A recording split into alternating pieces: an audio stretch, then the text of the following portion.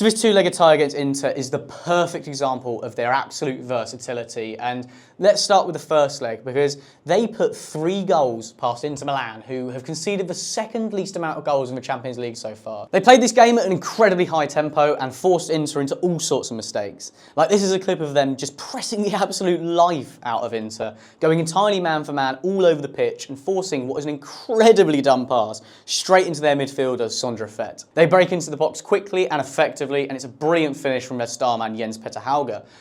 Lovely stuff. And this last clip I want to show you from the Inter game in the first leg is an absolute masterpiece. If you haven't seen the goal yet, you're in for a treat. It's played around the back and then bam, one player takes 3 touches, the rest 1 and 2 touch only. It's the kind of goal that Guardiola's Barcelona would be proud of, capped off with a deft little flick from Kasper Hur into Fett, who finishes brilliantly. Anyway, like I say, the first and second legs showed the 2 very distinct styles that Bodø Glimt can play with. Incredibly technical and fast-paced in the home leg, putting Inter to the sword and putting themselves in a brilliant position going to the San Siro. Now, remember when I said that first leg, Pep Guardiola would have been proud of the goal that Bodø Glimt scored, and I stand by that. Well, this second leg is the kind of thing that Sean Dyche would have stood up and applauded. Bearing in mind they're sitting on a wonderful but always slightly precarious 2-goal lead going into this game, they sat in this incredibly narrow 4-4-2 block.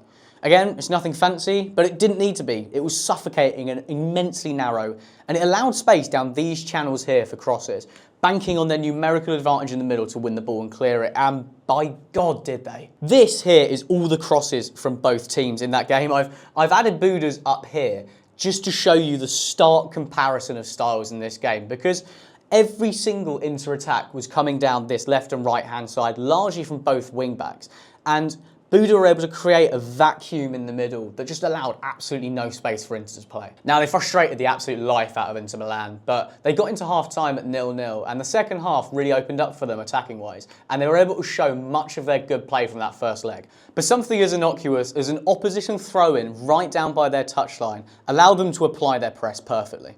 Now, I'm not sure how hard Akanji really was hit in the head prior to this. You can see the bandage around his head, but obviously the pass he plays is completely batshit and Bodø Glimt score. But once again, Bodø are able to force them into this position, and it looks like very little on the face of it, but it's what they do best. And after the goal, they had a few really good sequences on the ball. They're really able to show their on-ball quality. And this second goal, again, is an absolute thing of beauty. Like, the vision to see this pass between the lines, the run, the touch, the volley in at the bottom left-hand corner to make it 2-0.